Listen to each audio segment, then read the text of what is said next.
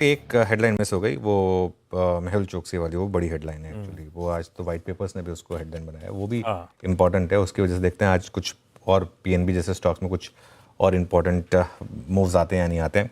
खैर एक चीज़ मैं बताऊं आपको, अब आते हैं हम आज के मार्केट पर। और अब एक चीज़ है, देखिए, एक डोनाल्ड ट्रंप अब फेस सेविंग बयान देंगे। मैं देख रहा था आज सुबह सुबह 3-4 फेस सेविंग बयान दिए गए हैं कि ये मतलब बिल्कुल सब कुछ नॉर्मल नहीं हुआ है अभी भी हम फेक मीडिया इज़ रिपोर्टिंग कि हमने वापस ले लिया है, ऐसा कुछ नहीं है। उन्होंने कहा है ट्रूथ सोशल पर कि टैरिफ अभी भी है, वो बिल्कुल वापस नहीं हुआ। 10% जो था वो तो है ही कम से कम, लेकिन फिर भी जो 120% कि अभी भी है, और फेक न्यूज़ आपको बोलेगा कि नहीं है, दोज डेज आर ओवर, ये सब। लेकिन फैक्ट ये है कि हार तो मान ली, अब आप अपनी इज्जत बचाने के लिए कुछ ना कुछ बयान देंगे, लेकिन मार्केट समझ चुका है और मार्केट आपको बता भी रहा है। मार्केट कह रहा है हमें नहीं फ़र्क पड़ता, अब आप ये जो मर्जी लिखें। आपको रियलाइज़ हो गया कि ये नहीं हो सकता। और अरे वो जो हमने उसमें भी दिखाया था, ये एक वर्ल्ड ऑर्डर जो है ना, वो कई सालों से बन रहा है, ऐसा नहीं है। देखिए, एक मैं आपको बताता हूँ, अगर आपने इकोनॉमिक्स पढ़ी हो और अगर आप उसमें जाएं, ग्लोबल ट्रेड शुरू कैसे हुई थी?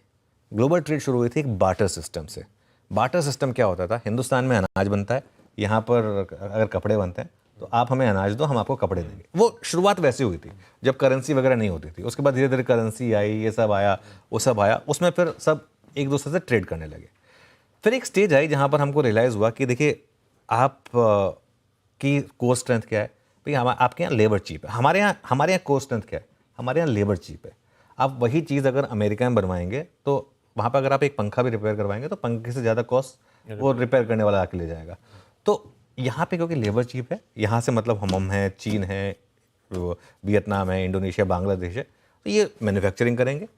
और क्योंकि यूएस में सबसे ज़्यादा ब्रेन ड्रेन होता है, जो सबसे ज़्यादा स्मार्ट लोग होते हैं वहाँ चले जाते हैं। वो व्हाट्सएप, इंस्टाग्राम, फेसबुक, ये सब जैसी या फिर एनवीडिया जैसी कंपनियां बनाएंगे। ये एक वर्ल्ड ऑर्डर था, उसको आप इस तरीके से चेंज नहीं कर सकते। आपको भले ही रिस्क लग रहा हो कि बाकी देशों में पूरी मैन्युफैक्चरिंग शिफ्ट हो रही है, हमारे यहाँ नहीं हो रही, लेकिन ये बाजार आपको बता देता है कि ये वर्ल्ड ऑर्डर इसी वजह से चल रहा है और यही सही था। तो होपफुली वापस वहीं पर आप फोकस करेंगे। अब हमें क्या करना है, अब उस पर आते हैं। हमें क्या करना है आज, और मैं सिर्फ ये अभी बात आज की कर रहा हूँ, कुछ देर में हम बात करेंगे कि ओवरऑल क्या करना है, लेकिन आज आप फोकस करें उन स्टॉक्स पर जहां टैरिफ की वजह से सबसे ज़्यादा गिरावट आई थी और जहां पर उन्होंने यूटर्न मारा है। उसका सबसे बड़ा एग्जांपल है ऑटो कंपोनेंट शेयर्स। यहां मुझे लग रहा है आज बड़ी कवरिंग हो सकती है।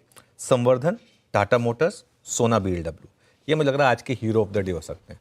और ये ऐसे स्टॉक्स हैं जिन्हें मुझे लग रहा है कि इवन गैप अप के बाद भी अगर आप चाहें तो चेज कर सकते हैं। ऑब्वियसली जो भी करें आप अपने हेजेस वगैरह के हिसाब से करें।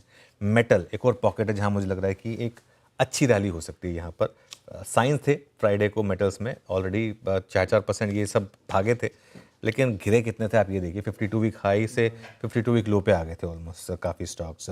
डॉलर इंडेक्स अभी भी 100 के नीचे है। अच्छा, कुछ सेलेक्टिव फार्मा स्टॉक्स में भी मुझे लग रहा है लोअर लेवल से रिकवरी आएगी। आज फार्मा स्टॉक्स हो सकता है नीचे खुले, लेकिन वहाँ पर भी मुझे लग रहा है कि शायद लोअर लेवल से थोड़ी सी रिकवरी आएगी।